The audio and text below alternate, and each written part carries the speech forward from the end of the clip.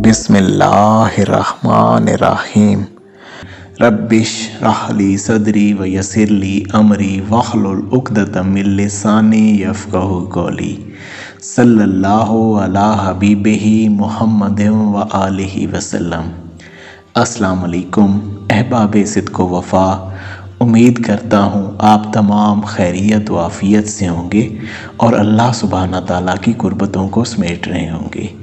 आज का हमारा मौजू है कि सालिक अपनी ज़िंदगी के कौन से 3 अदवार में से गुज़रता है, कौन से ऐसे 3 दौर हैं जिनमें से हर सालिक या अक्सर सालिक ज़रूर गुज़रते हैं।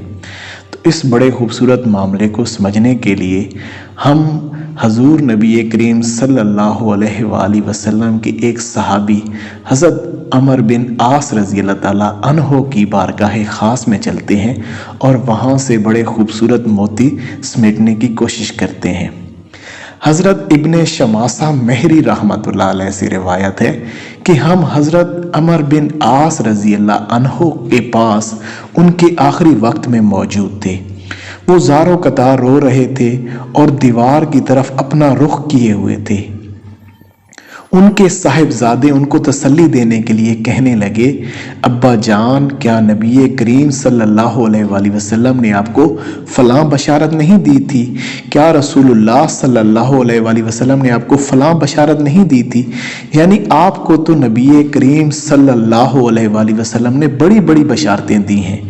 ये सुनकर उन्होंने दीवार की तरफ से अपना रुख बदला और फरमाया, सबसे अफजल चीज़ जो हमने आखिरत के लिए तैयार की है वो इस बात की शहादत है कि अल्लाह के सिवा कोई माबूद नहीं और हजूर सरवर आलम सल्लल्लाहु अलैहि वसल्लम अल्लाह के आखिरी रसूल हैं। मेरी ज़िंदगी के 3 दौर गुजरे हैं। एक दौर वो था जबकि रसूलुल्लाह सल्लल्लाहु अलैहि वसल्लम से बुग़्ज़ रखने वालों में मुझसे ज़्यादा कोई और शख्स न था, और जबकि मेरी सबसे ज़्यादा तमन्ना ये थी कि किसी तरह आप पर मेरा काबू चल जाए तो मैं आपको नऊज़ बिल्लाह मार डालूं। ये तो मेरी ज़िंदगी का सबसे बदतर दौर था। अगर खुदा ना खास्ता मैं इस हाल पर मर जाता तो यकीनन दोज़खी होता। इसके बाद जब अल्लाह सुब्हाना ताला ने मेरे दिल में इस्लाम का हक होना डाल दिया तो मैं आपके पास आया और मैंने अर्ज़ की, अपना हाथ मुबारक बढ़ाइए ताकि मैं आपसे बैत करूं। आप सल्लल्लाहु अलैहि वसल्लम ने अपना हाथ बढ़ा दिया। मैंने अपना हाथ पीछे खींच लिया। आपने फरमाया, या अमर, ये क्या? मैंने अर्ज़ किया, मैं कुछ शर्त लगाना चाहता हूँ। फरमाया, क्या शर्त लगाना चाहते हो? मैंने कहा कि ये मेरे सब गुनाह माफ़ हो जाएंगे। आप सल्लल्लाहु अलैहि वसल्लम ने इरशाद फरमाया, अमर, क्या तुम्हें खबर नहीं कि इस्लाम तो कुफर की ज़िंदगी के गुनाहों का तमाम किस्सा ही पाक कर देता है और हिजरत भी पिछले तमाम गुनाहों को माफ़ कर देती है और हज भी पिछले सब गुनाह ख़त्म कर देता है। ये दौर वो था जबकि आपसे ज़्यादा प्यारा, आपसे ज़्यादा बुजुर्ग व बरतर मेरी नज़र में कोई न था। आपकी अजमत की वजह से मेरी ये ताब न थी कि कभी आपको नज़र भर कर देख सकता। अगर मुझसे आपकी सूरत मुबारक पूछी जाए तो मैं कुछ नहीं बता सकता, क्योंकि मैंने कभी पूरी तरह से आपको देखा ही नहीं। काश अगर मैं उस हाल पर मर जाता तो उम्मीद है कि जन्नती होता। फिर हम कुछ चीज़ों के मुतवल्ली और जिम्मेदार बने और नहीं कह सकते कि हमारा हाल उन चीज़ों में क्या रहा। ये मेरी ज़िंदगी का तीसरा दौर था। अच्छा देखो, जब मेरी वफात हो जाए तो मेरे जनाजे के साथ कोई वावेला और शोरो शगब करने वाली औरत न जाने पाए, न ज़माने जहलियत की तरह आग मेरे जनाजे के साथ हो। जब मुझे दफन कर चुको तो मेरी कब्र पर अच्छी तरह मिट्टी डालना, और जब फारिग हो जाओ तो मेरी कब्र के पास इतनी देर ज़रूर ठहर जाना जितनी देर में ऊँट ज़िबा करके उसका गोश्त तकसीम किया जाता है, ताकि तुम्हारी वजह से मेरा दिल लगा रहे और मुझे मालूम हो जाए कि मैं अपने रब के भेजे हुए फरिश्तों के सवालात के जवाबात क्या देता हूँ। सुभान अल्लाह। तो ये बड़ा खूबसूरत واقعہ ایک حضور نبی کریم صلی اللہ علیہ وآلہ وسلم کے صحابی کا تھا، جن کا اپنی ذات کا محاسبہ کتنا خوبصورت تھا۔ تو بالکل ایسے ہی اکثر راہ حق کے متلاشی سالک بھی زندگی کے 3 دوروں سے گزرتے ہیں۔ پہلا دور وہ ہوتا ہے جس میں وہ راہ حق کی حقیقت سے دور ہوتے ہیں اور گناہوں پر دلیر ہوتے ہیں اور اللہ سبحانہ تعالیٰ کی نافرمانیوں پر ذرا برابر نادم نہیں ہوتے، اور یہ سالک کے لیے وہ زمانہ جہلیت کا دور ہوتا ہے جس میں وہ اللہ سبحانہ تعالیٰ کی طرف کسی طرح سے رغبت نہیں کر پاتا۔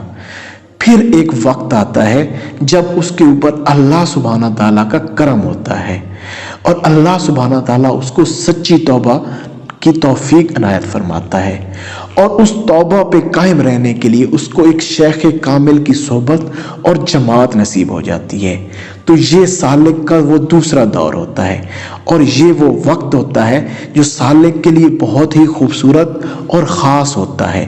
وہ اللہ کی قربتوں کو خوب احسن انداز میں لوٹتا ہے۔ اس کا شیخ حضور نبی کریم صلی اللہ علیہ وآلہ وسلم کی سنت کو پورا کرتے ہوئے اس کو راہ حق پر احسن انداز میں رہنمائی کرتا ہے۔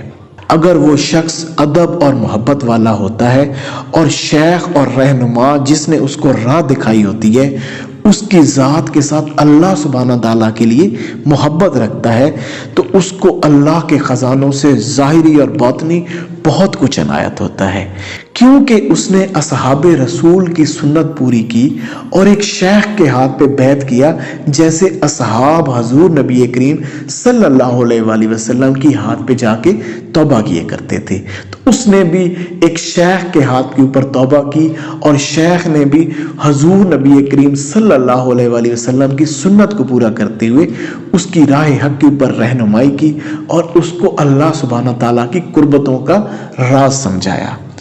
اور پھر شروع ہوتا ہے تیسرا دور، جب سالک کو اپنے شیخ کی طرف سے کوئی اہم ذمہ داری سپرد کی جاتی ہے اور وہ کافی عرصہ سے راہ حق کے اوپر چل بھی چکا ہوتا ہے، اور نفس و شیطان بھی تو اس کے انتظار میں ہوتے ہیں۔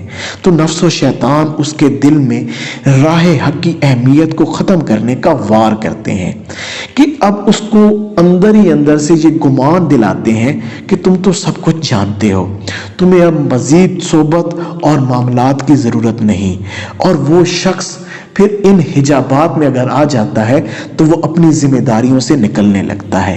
لیکن اگر کوئی سمجھدار سالک ہوتا ہے اور اس کے شیخ نے احسن انداز میں اس کی تربیت کی ہوتی ہے تو وہ اس حجاب سے نکل جاتا ہے، ورنہ اس حجاب میں آ کر وہ اپنے سمیٹے ہوئے تمام نور کو ضائع کر بیٹھتا ہے۔ آج ہم نے حضور نبی کریم صلی اللہ علیہ وآلہ وسلم کے ایک بہت ہی خوبصورت صحابی کی بارگاہ سے ادب اور محبت اور راہ حق کے اہم راز سمیٹے ہیں۔ اللہ سبحانہ تعالیٰ ہمیں ان کو سمجھنے اور ان کے اوپر عمل پیرا ہونے کی توفیق عنایت فرمائے، تاکہ ہم ادب اور محبت کے ساتھ اپنے شیخ کی صحبت سے اللہ سبحانہ تعالیٰ کی قربتوں تک سفر کو احسن انداز میں مکمل کر سکیں۔ جزاک اللہ۔ السلام علیکم۔